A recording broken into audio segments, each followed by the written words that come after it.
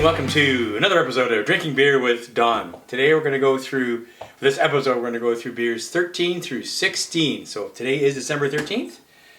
For those just tuning in, this is a custom beer advent calendar put together by my friends over at Cascadia at the Red Gap in the News Bay. And what they did is they combined off their shelves a whole case of European beers, European only. And it's been great so far. I've been really enjoying this case, so without any further babbling. Beer 13, right here. Let's get on with today's beer. Regular size bottle, regular size glass. Let's look at that. A little cloudy. Oh, it smells like a Pilsner. It smells a little hoppy. It smells fresh. Bit yeast. It smells good. It smells like a beer should, or a light, refreshing beer should. So let's try it.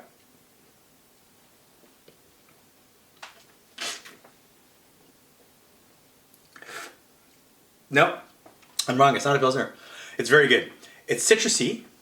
It's smooth. It's a little sweet. I'm guessing it's Belgian, but that's a guess. For the first time, I'm going to throw the word Saison out there. It could be. It's got some interesting yeast flavor in here. And I'm not sure I could drink a lot of these. There's quite a bit of flavor, and they're almost starting to fight each other. Yeah, it's not a clean taste. When I smell Pilsner, it's got a more of an earthy, a muddy taste. That's what made me think Saison. But I've been surprised before. So I'm thinking the country's Belgium. I'm thinking I like it. But the more I drink it, the more I'm not loving it. There's something about it that's a little cloying, a little out of the ordinary, which is not necessarily a bad thing, but it's not necessarily a good thing in this case either. I don't know. This reminds me of beer used to be made near where I lived when we were in Belgium the second time, from Silly Brewery. But again, I could be guessing. It's going to be in the 8s because it's well made and it's got character. It's not boring. It's just not sure I like it as much as others. 8.4. Let's see what we got.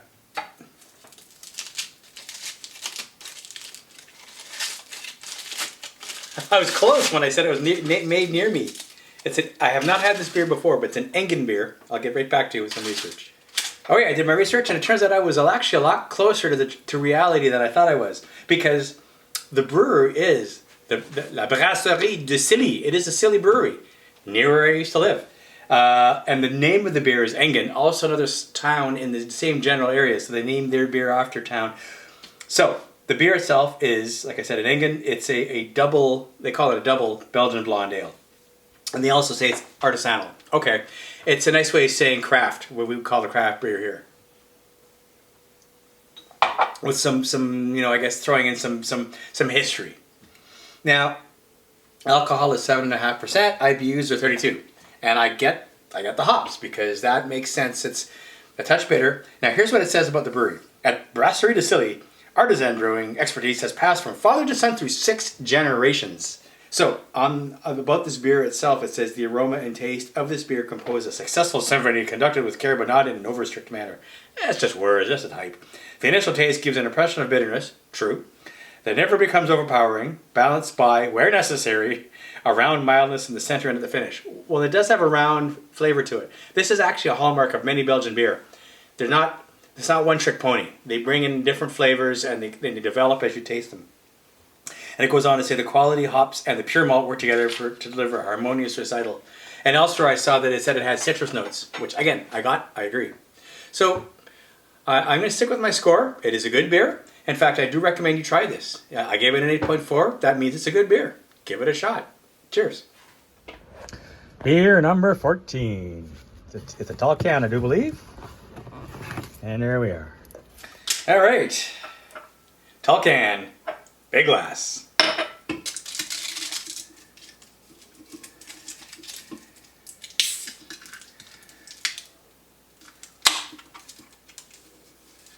All right, here we go.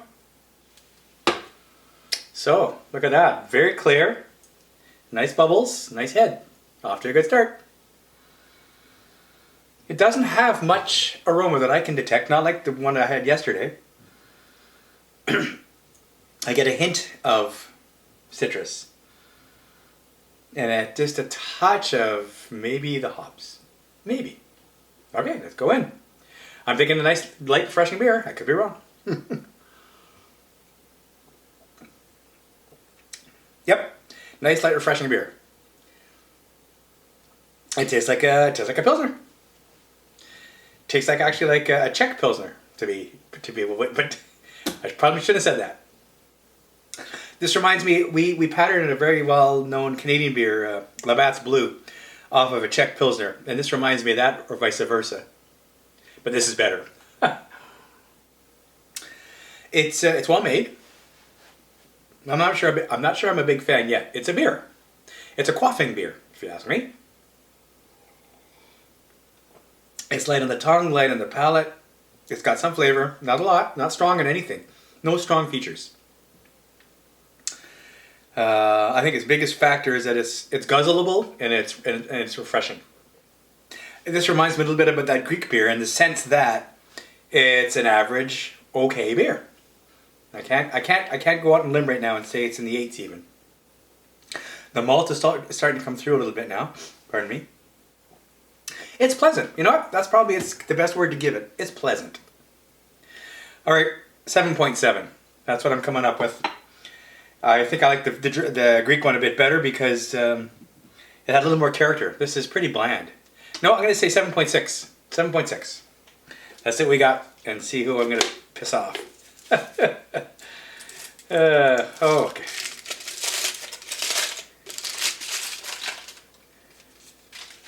Ah, it's German, I think. But it is. The brewer is Hacker Pschorr. I'm sure I'm not saying that properly. But it actually goes back to originally, its first form was a brewery that was started in 1417 in Munich. And then it was by the Hacker family, and then 200 or 300 years later, or 200, anyway, a while later, there was a marriage to a gentleman called Mr.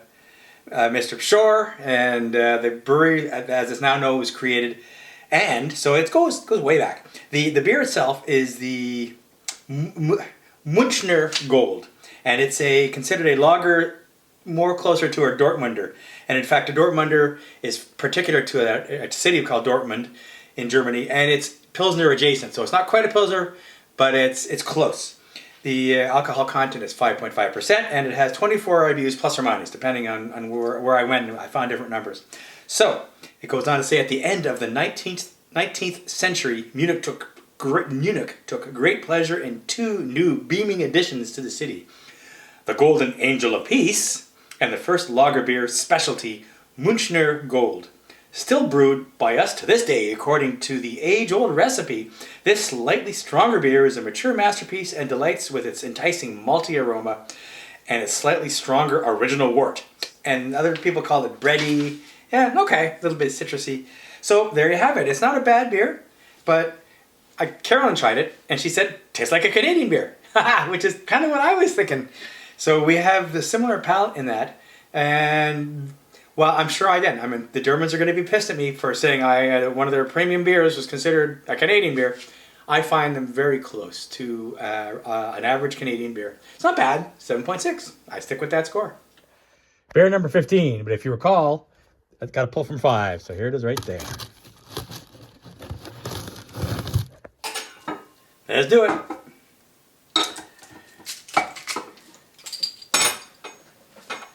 We've had quite the windstorm in the last couple of days. In fact, I had something cool on the roof, which I will eventually show you for my Christmas lights.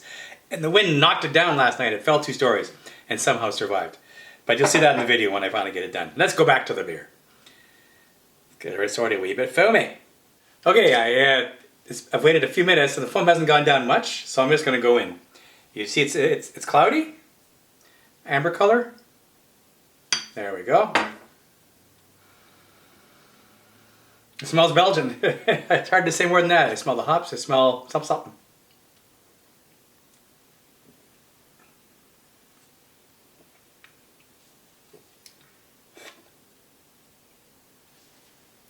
It's actually on the mild side.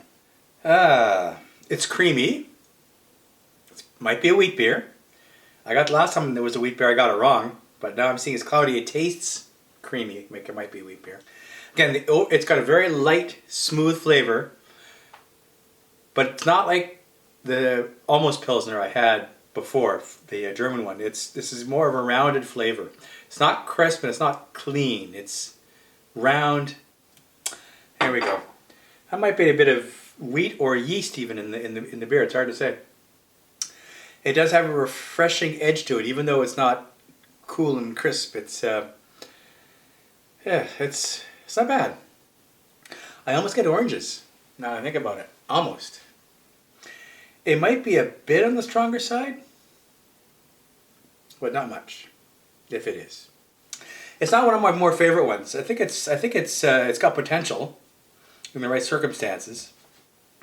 Yeah, I keep coming back to smooth, creamy, a little light, partially refreshing, drinkable, partially quaffable. You could probably drink several of these. It's going to be a score in the low 8s because I think it's not bad. I'll compare it against the others to double check, but I'm thinking this is a reasonable 8.1. Let's see what we got.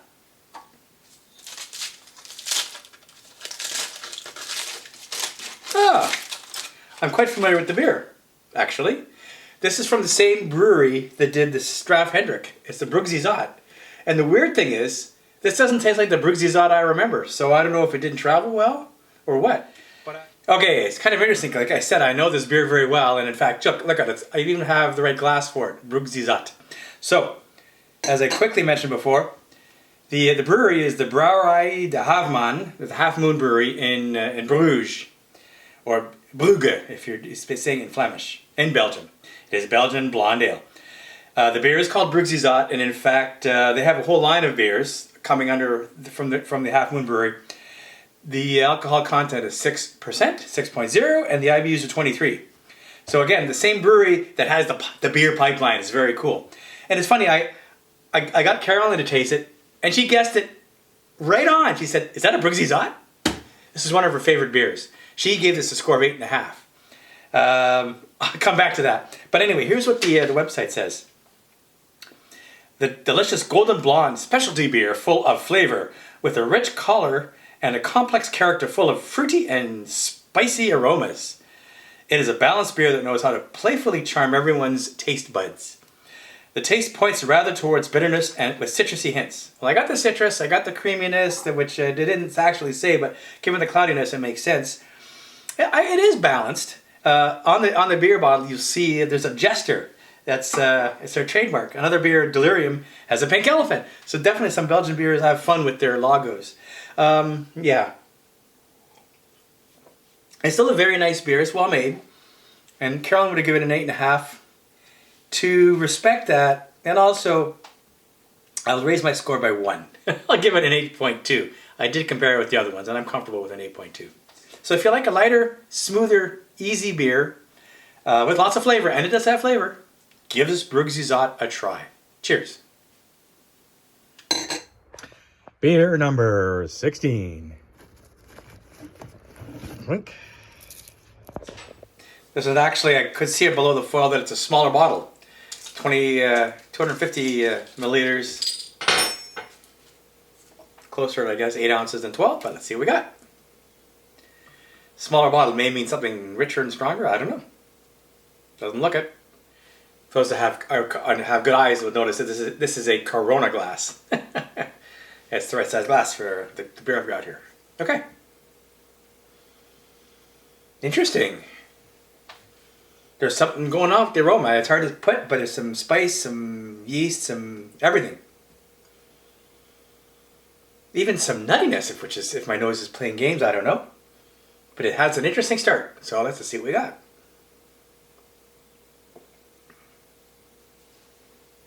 Also an interesting flavor. Again, I can't pigeonhole this one.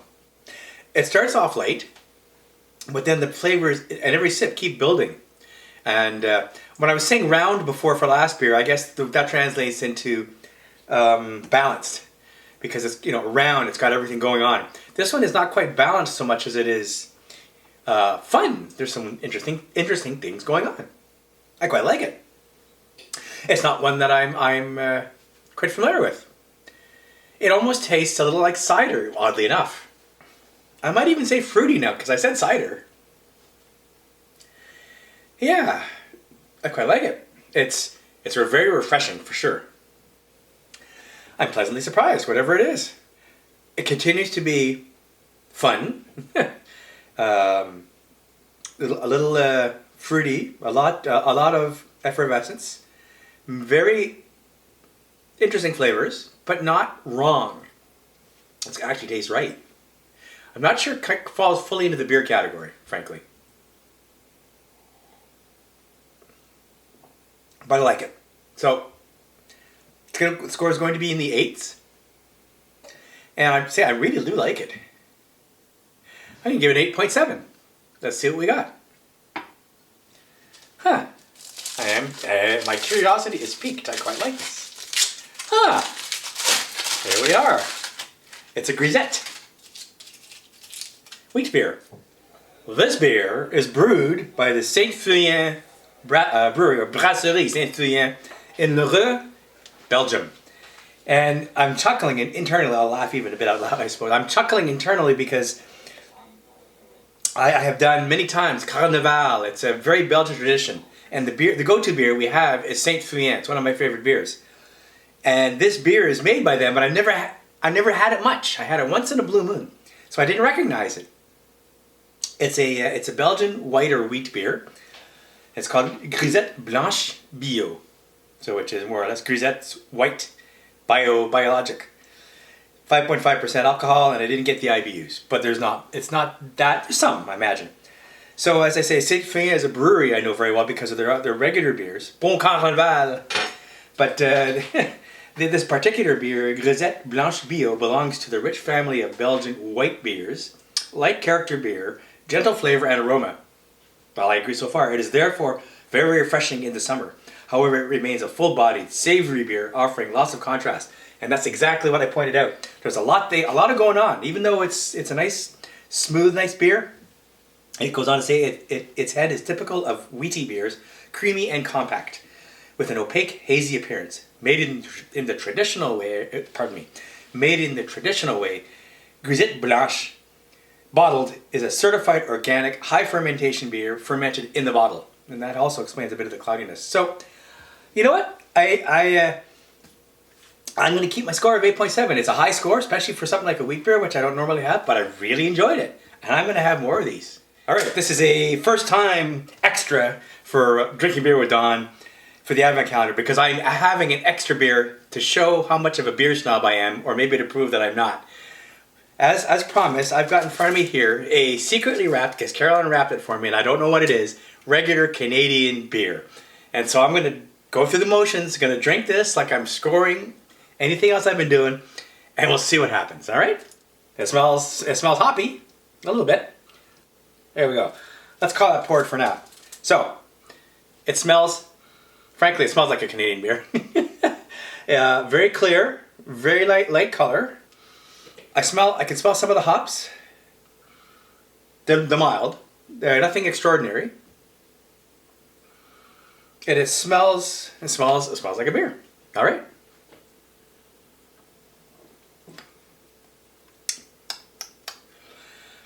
It's the worst part is it tastes like many beer I've had, but it is. So I can't pretend I haven't had this before. It's leaning towards the Pilsner side, so it's fresh. It's got some flavor, not a lot. It's got some. It's got bitterness, so it's a little more bitter than I expected it to be, just a bit. I can see this being a guzzling beer. It's got a touch of malt, but it's mild. It's plain. It is plain. I'm comparing this to some of the other beer I had that were similar. For example, that Greek one, this is not as good. Then there was this German one, which I find kind of boring. This has got a bit of character to it, but it's not a pleasant character. If the German one was easy and smooth. This is, it's beer. I'm going to give it a score of 7.3. Score of 7.3. What do we get? Here's where the chuckles comes.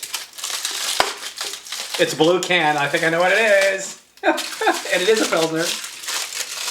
No need to give any research. This is one of the first beers I learned to drink when I was a teenager, Labatt's Blue. Okay, so the brewer is Labatt, Labatt's of Canada. It is one of Canada's 2 largest and main breweries. The other one is Molson. This is the Blue, Labatt's Blue. It's there are 7 breweries for Labatt's across Canada, and so they're brewed everywhere. It's a lager, and in fact leans towards Pilsner, like I said before.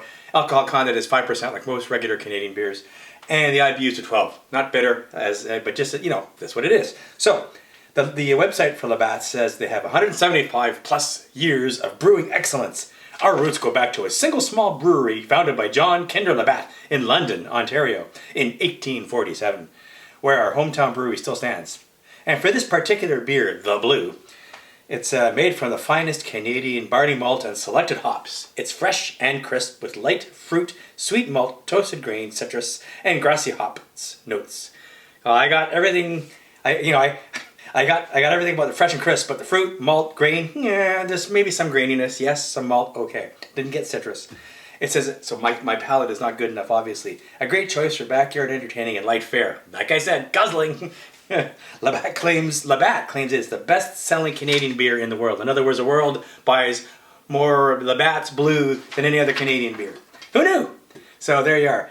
All right, to recap, not including the Labatt's Blue I just had, we had 4 interesting and varied beer in this one. We had 1 from Estonia, 1 from Germany, and 2 from Belgium, including a wheat beer, that over the top Imperial Porter, a grisette. Lovely. So hope you enjoyed this, and stay tuned for the next 4 beer in 4 days. Cheers.